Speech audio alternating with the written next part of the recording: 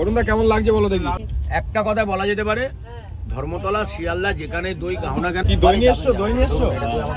এ কাকে দই দিচ্ছে না এনাকে? কোথায় দেখেছো? আমি দেখেছি দোকানে, এমনি তারাপীঠ না হয় শিয়ালদা। আচ্ছা আচ্ছা, জয় মাতারার দোকান। জয় মাতা। অরুণদা, তো তোমার দই, তুমি কি এই ট্রেনেই থাকো? আমি এটাই লাইনে যত গাড়ি আছে একটু বলে দাও কোথায় কোথায় তুমি থাকো আর কি দই পাওয়া যায় তোমার কাছে। আমার কাছে মিষ্টি দই রাবড়ি কেমন কি দাম আছে? 30 টাকা। এটা খুলে দেখাও না অরুণদা, কি দই আছে দাদার কাছে দেখি। কোন ট্রেনে থাকো তুমি? কবিগুরু রাধিকাপুর। আচ্ছা, এই দই দেখো অরুণদা কেমন লাগছে বলো দেখি। হ্যাঁ, লাল লাল দই। তোমার নামটা কি কাকা একটু বলে দাও। তাপস ঘোষ। তাপস দার দই ঘোষ, তাপস ঘোষ দার দই দেখো কেমন লাগে।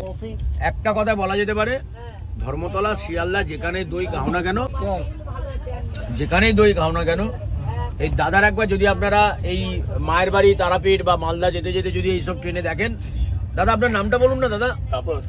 তাপস দার দই খাবেন একবার, তাপস দার দই।